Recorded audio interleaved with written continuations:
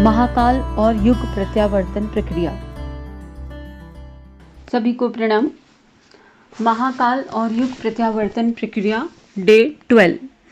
हम इसमें पढ़ रहे थे कि गुरुदेव ने भोले शंकर का एक स्टोरी के माध्यम से, एक कहानी के माध्यम से त्रिपुरारी महाकाल का रूप समझाया और बताया कि किस प्रकार ये जो एक असुर थे, 3 असुर थे जिन्होंने सारी मानव जाति को, सब लोगों को अपने जाल में जकड़ लिया था और उन्होंने किस तरह वरदान मांगा और फिर किस तरह त्रिशूल उत्पन्न हुआ।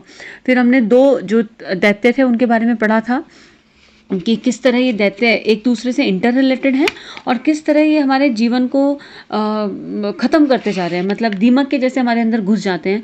जैसे एक लोभ की बात हमने ऑलरेडी कर ली थी कि लोभ गुरुदेव ने समझाया और उसके बाद मोह समझाया। और मोह में भी 2 तरह का, एक तो इंद्रिय का मोह, एक जीवा का चटोरपन गुरुदेव ने बोला था, और एक काम इंद्रियाँ।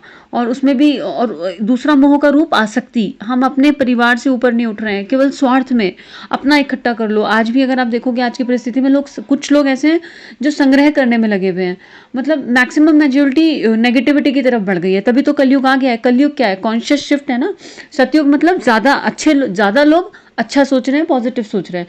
कलयुग मतलब ज़्यादा लोग नेगेटिव सोच रहे हैं और केवल स्वार्थ के बारे में सोच रहे हैं। तो आज हम तीसरे दैत्य के बारे में पढ़ेंगे, जो असुर था अहंकार। और ये सबसे ज़्यादा खतरनाक है इन तीनों में। वैसे कम कोई नहीं है, पर ये सबसे ज़्यादा खतरनाक है क्योंकि इसकी लेयर्स इतनी सूक्ष्म होती हैं कि हमें पता ही नहीं चलेगा। एक तो हमें रियलाइज़ ही नहीं होगा कि अहंकार है, ये कब अंदर आ जाए, कब एंट्री मार जाए। इसलिए गुरुदेव ने आत्म समीक्षा पे बहुत जोर दिया। गुरुदेव ने तत्वबोध की साधना बताई, आत्मबोध की साधना बताई और आत्म समीक्षा के हर पर अलर्ट रहो। ये मैं कब आ जाता है? मतलब काम वो करवाते हैं और हम सोच रहे हैं हम कर रहे हैं। मतलब इस मिट्टी के बने हुए शरीर को, और जिस शरीर की जो पंच तत्वों से बना है, पंच तत्वों में विलीन हो जाएगा। और जो केवल एज एन इंस्ट्रूमेंट मिला था, क्योंकि मानव शरीर से जो काम हम कर सकते हैं वो हम बाकी किसी और योनि में या किसी और शरीर से, इनफैक्ट सूक्ष्म शरीर से भी उतना काम शायद ना कर पाए जो मानव शरीर से कर सकते हैं। तभी तो इतने सारे लोगों ने, इतनी सारी दिव्य चेतनाओं ने मानव रूप में जन्म लिया। लेकिन हम जब आते हैं तो हमारी स्मृति चली जाती है और स्मृति भंग हो जाता है और हम सोचते हैं हम ही सब कुछ हैं। एक बूंद जो समुद्र से बाहर निकली, वो बूंद भूल जाती है कि वो समुद्र ही है, समुद्र का ही एक अविच्छिन्न अंग है। और वो बूंद खुद को ही सब कुछ मान बैठती है और वहीं से सारी प्रॉब्लम्स स्टार्ट हो जाती हैं। तो गुरुदेव इसे किस तरह समझा रहे हैं, पढ़ते हैं।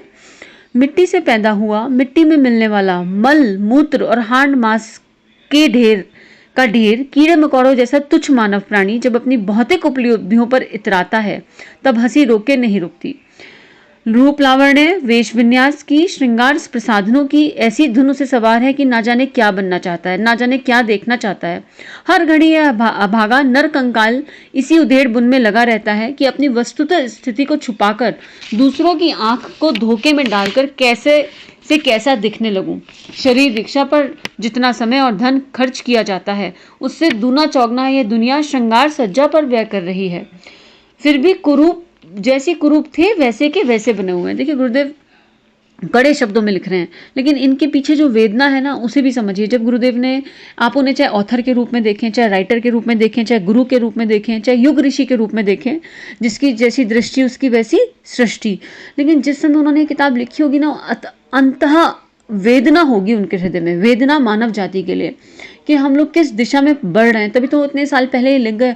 और कितनी पीड़ा होगी, क्योंकि उनको तो वो दूरदर्शी थे, उनको सब नजर आ रहा था कि क्या होने वाला है और उनके बच्चे किस दिशा में बढ़ रहे हैं, तो और किस काम के लिए आए थे और क्या कर रहे हैं। तो कितनी पीड़ा उनके हृदय में उस समय हुई होगी, इसको हम लोग अनुमान भी नहीं कर सकते, शायद लगा ही नहीं सकते वहाँ तक, क्योंकि उतनी अभी आत्मीयता नहीं है तो शायद वहाँ तक पहुँच ही नहीं सकते।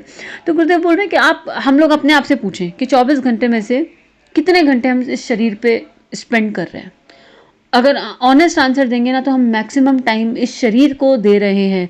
सोना, उठना, खाना पीना, तैयार होना, कपड़े खरीद रहे हो आप, शॉपिंग कर रहे हैं और नई नई डिशेस बना रहे हैं, कुछ भी कर रहे हैं, हर चीज़ शरीर के पोषण के लिए है कहीं ना कहीं। अगर देखा जाए, अगर ठंडे दिमाग से बिल्कुल ऑनेस्ट एनालिसिस करेंगे तो मैक्सिमम टाइम इस शरीर को, इनफैक्ट अगर आप एंटरटेनमेंट भी कर रहे हो, टीवी देख रहे हो या what ever your sort of entertainment, तो उसमें आत्मा के लिए हम कितना समय निकाल पा रहे हैं? मैक्सिमम टाइम हम इस शरीर के लिए दे रहे हैं। जैसे गुरुदेव लिख रहे हैं कि कुछ नहीं है, अस्थि पंजर है, हार्ड मांस का बना हुआ कीड़े मकोड़ों जैसा। इस पूरी सृष्टि पे हमारी अहमियत ही क्या है? एक चींटी के बराबर भी नहीं है इस ब्रह्मांड में हम। और हम सोच रहे हैं हम ही सब कुछ हैं। हम अपने डेजिग्नेशन से, कोई सोच रहा है वो मैनेजर है, कोई सोच रहा है वो ये है, एक फलाना ढिमाका, जो भी हमें बाहर पदवियां मिली हुई हैं उनमें घूमते जा रहे हैं और इस शरीर में बुरी तरह फंसे पड़े हैं। और जो रक्षा करनी चाहिए, और अच्छा समय भी लगा रहे हैं, चलो शरीर के लिए समय लगा रहे हैं तो सही तरीके से नहीं लगा रहे। स्वास्थ्य संरक्षण के लिए समय लगाना चाहिए, लेकिन हम में से कितने लोग स्वास्थ्य संरक्षण के लिए अवेयर हैं? पता सबको है, हम सबको पता है एक्सरसाइज करनी चाहिए, योगा करना चाहिए, प्राणायाम करना चाहिए, XYZ, there are so many ways इस शरीर का ध्यान रखने के लिए, तीनों स्तर पे, मानसिक स्तर पे भी, विचारिक स्तर पे भी, और शारीरिक स्तर पे भी, तीनों स्तर पे, और भावनात्मक स्तर पे भी। लेकिन हम कितना समय दे रहे हैं उसके लिए? शरीर का ध्यान भी अगर सही तरीके से रखें, उसमें भी 1 घंटा दे दें तो शायद बात बन जाए। लेकिन हम शरीर के लिए ही समय खराब लगा रहे हैं और अपना पैसा भी लगा रहे हैं, समय भी लगा रहे हैं, लेकिन फिर भी क्या दिखावे के लिए लगा रहे हैं मोस्ट ऑफ द टाइम। ऐसा दिखना है, वैसा दिखना है, मतलब सादगी से जीना नहीं आ रहा है। और अभी कहीं बाहर मीटिंग में जाना हो, कुछ करना है, हम ये नहीं कह रहे कि हम ढंग से ना रहें या हम अच्छे से ना रहें, लेकिन एक बैलेंस बना के रहें। हम केवल इसी में अपना पूरा जीवन खर्च कर देंगे तो हम आए किस लिए थे? तो यही बात गुरुदेव बोल रहे हैं कि झूठी शान शौकत, सीधी बात तो यह है कि झूठी बनावटी दुनिया के लिए हम खुद को ही धोखा दे रहे हैं, खुद को ही छल रहे हैं, और इस बनावट में और चोचलों में अटक गए हैं। आगे गुरुदेव क्या लिखते हैं, पढ़ते हैं। व्यवहार, बोलचाल, शान शौकत, ठाट बाट, सच धज के स्वांग और अमीरी के चोचले देखकर रखता है, नाची सा आदमी कहीं पागल तो नहीं हो गया। जीवन की आवश्यकताएं थोड़ी हैं जो बड़ी आसानी से पूरी की जा सकती हैं, पर ठाट तो सुरसा के मुंह की तरह जिसकी भूख कभी भुखती नहीं। गुरुदेव एग्जाम्पल दे रहे हैं। देखिए, फॉर एक एग्जाम्पल छोटा सा लेते हैं इसको समझाने के लिए। घड़ी सारी टाइम दिखाती है। अब आप हाथ में कितने रुपए वाली घड़ी भी पहन लो, क्या वो मैटर करती है? अभी कोई 20,000 की घड़ी पहन सकता है, कोई 50,000 की, और कोई हीरे गढ़वा ले उसमें, टाइम तो फिर भी वो वही दिखाएगी ना। तो यही बात गुरुदेव बोल रहे हैं कि जीवन की आवश्यकताएं तो वही हैं, मूलभूत आवश्यकताएं तो वही हैं। अब उसमें आप जितना मर्जी समय और जितना मर्जी पैसा लगा लो, जितना मर्जी उसमें रम जाओ, वो अपनी चॉइस पे है। अल्टीमेटली जरूरत वही है, मिनिमम रिक्वायरमेंट वाली लाइफ सबको, और सबका उससे पूरा हो सकता है, लेकिन फिर भी हमारा पूरा नहीं पड़ रहा। क्यों? क्योंकि हमारी एम्बिशन, हमारा जो मतलब सोच है वो एक तो पॉजिटिव नहीं है, और बहुत एम्बिशियस हो गए, भौतिकता के लिए एम्बिशियस। आत्म स्तर पे भी कुछ सोचें तो बात बने, लेकिन भौतिकता के लिए एम्बिशियस हो गए। आगे गुरुदेव लिख रहे हैं, जो भी कमाई है वह कम पड़ जाती है और विलासिता के साधन जुटाने हर समय आर्थिक तंगी बनी रहती है। शादी ब्याह में अमीर जैसा भोंडा स्वांग गरीब लोग ही बनाते हैं, उन्हें देखकर हंसी रोके नहीं रुकती। अपनी छोटी सी हस्ती की सफलता और उपलब्धियों को लोग ऐसा ओछा और भौंडापन विज्ञापन करते हैं कि कई बार शक होने लगता है कि आदमी अभी जंगली युग से आगे बढ़ पाया है या नहीं।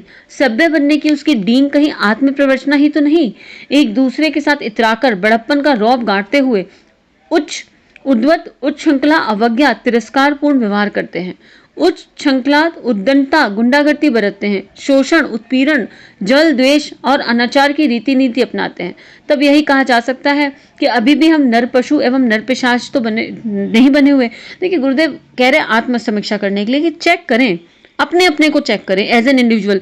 अभी इसमें दूसरे को चेक नहीं करने लग जाना कि अरे फलाना ने अपने यहाँ शादी में इतना लगाया, उसने उतना लगाया, वो सब हमें नहीं करना है। हमें केवल अपना देखना है, हम क्या एक शिष्य का स्तर उस पर जी पा रहे हैं। आज किसी की, आपके घर में, हम खुद ही सोचो, आपके घर में कोई शादी हुई, आज आपने कभी बड़ी अच्छी सी ड्रेस खरीद के पहनी, और अभी 15 दिन 1 महीने बाद दोबारा शादी है, तो आप क्या खुद वो ड्रेस दोबारा पहनना चाहोगे? अभी खरीदी आपने 5, 10, 15 हज़ार की ड्रेस, जो भी आपका बजट है, लेकिन आप उसे रिपीट नहीं करना चाहोगे। क्यों? अभी रिपीट कौन नहीं कर रहा? शरीर, मेरा मैं। अरे अभी तो पहनी, लोग क्या कहेंगे? तो ये क्या झूठी शान शौकत नहीं है? अभी तुमने अपने बजट से एक्सटेंड करके इंसान खरीदता है। जिसका बजट 10 होगा वो 12 पे जाएगा, जिसका एक ह्यूमन नेचर है, जिसकी 15 की कैपेसिटी है वो 20 पे जाएगा, और जिसकी 50 लाख की है वो 51 लाख पे चला जाएगा। हम थोड़ा सा ऊपर ही चले जाते हैं, और उसके बाद भी अगर दोबारा अपने घर में शादी आ जाए, 15 दिन नहीं, साल बाद भी आ जाए, तो हम उसे रिपीट नहीं करना चाहेंगे। तो गुरुदेव यही बोल रहे हैं कि कहीं हम झूठ तो नहीं बोल रहे अपने आप से, हम आत्म प्रवंचना तो नहीं कर रहे, अपने मुंह मियाँ मिट्ठू तो नहीं बन रहे हैं, और हम कहीं अभी वही नर पिशाच तो नहीं है। हमें जहाँ समाज के लिए सोचना चाहिए था, देश के लिए सोचना चाहिए था, स्वार्थ से ऊपर उठ के परमार्थ के लिए सोचना चाहिए था, हम अपने अहंकार में ही डूबे हुए हैं। तो यही बात गुरुदेव समझाने की कोशिश कर रहे हैं। आगे बढ़ते हैं। अहंकार मनुष्य का निकृष्टतम कमीनापन है, जो जितना उद्धृत और अशिष्ट, उच्छृंखलित और अनियंत्रित, ढोंगी और शेखाकोरी, उसे उतना ही छोटा है और नीच समझना चाहिए। ये भी गुरुदेव हमारे को अपनी आत्मसमीक्षा करने के लिए बोल रहे हैं कि हम अपने आप को देख लें कि गुरुदेव ने सत्संकल्प में सूत्र दिए ना, अगर उन्हीं के बिहाफ पे हम चेक कर लें कि क्या एक चेकलिस्ट बना लें डेली की ना, कि क्या हम ये फॉलो कर रहे हैं, yes no yes no yes no. केवल हम आत्मनिर्माण समाज की सबसे बड़ी सेवा। बस खुद को अगर बदल लिया तो परिवार पे उस इंप्रेशन का असर अपने आप पड़ने लगेगा और फिर समाज पे आपको कुछ करना नहीं पड़ेगा, खुद ब खुद चीजें अपने आप बदलती जाएंगी। लेकिन हो क्या जाता है, हम उल्टा पड़ जाते हैं, गाड़ी उल्टी चल जाती है। अपने अंदर भीतर नहीं झांकते हैं। पहले ये लाइनें भी पढ़ेंगे ना तो पहले दूसरे के बारे में सोचने लगेंगे, अच्छा वहां पे ऐसा हुआ, अच्छा तो ये कहना चाह रहे हैं गुरुदेव उन्होंने ऐसा किया। लेकिन ऐसा नहीं करना, केवल अपने बारे में सोचिए कि हम कहाँ तक पहुंचे, हमारे और गुरुदेव के बीच की खाई कितनी है, उन्होंने जो कहा उसके बीच में हमारे बीच में कितनी खाई रह गई। बस उस खाई को पार करने के एफर्ट्स डालने की हर पल कोशिश करनी है। आगे गुरुदेव लिख रहे हैं, दुर्भाग्य से ये अहंकार आज मानव जाति पर इस पूरी तरह आच्छादित हो चुका है, उसकी मूल सत्ता एवं आत्मा का स्वरूप ही उल्टा प्रतीत हो गया। तथाकथित स्वाभिमान के नाम पर लोग कितने अशिष्ट, कृतघ्न और ओछे बनते जा रहे हैं, उसे देखकर यही कहा जा सकता है कि यह युग अहंकार की दानवी छाया माया से पूरी तरह आच्छादित हो चुका है। देखिए, अहंकार में और स्वाभिमान में बहुत थिन लाइन डिफरेंस है। ये गुरुदेव बोल रहे हैं कि हम अपने अहंकार को अपना स्वाभिमान बोल के आगे बढ़ जाते हैं, नहीं ये मेरा स्वाभिमान है।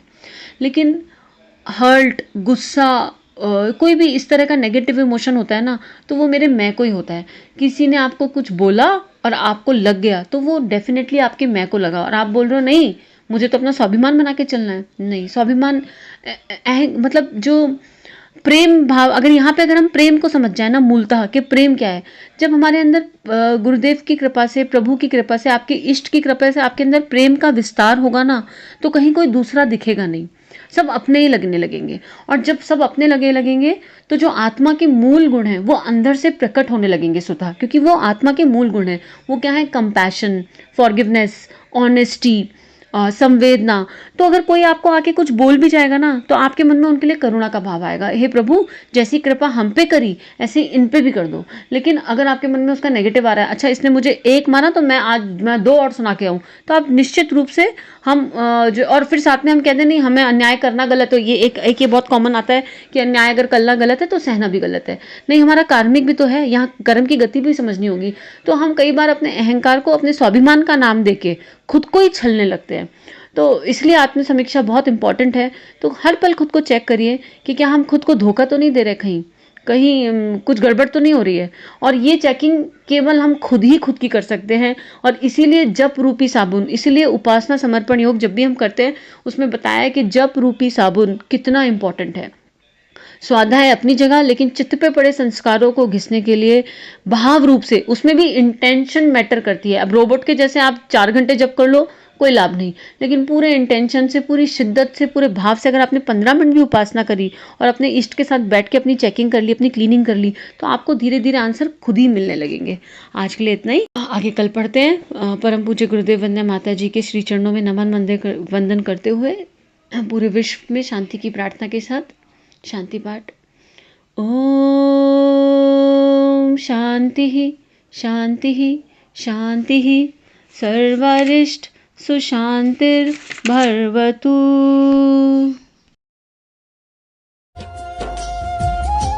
हमारे YouTube चैनल को सब्सक्राइब करें और बेल आइकन को दबाकर ऑल पर क्लिक करें ताकि नोटिफिकेशंस आपको मिलती रहें। जगत नियंता बनकर सारे जग को राह दिखाई, गुरुदेव हमारे शिव शंकर वरदाई, गुरुदेव हमारे शिव शंकर वरदाई। वह सच्चाई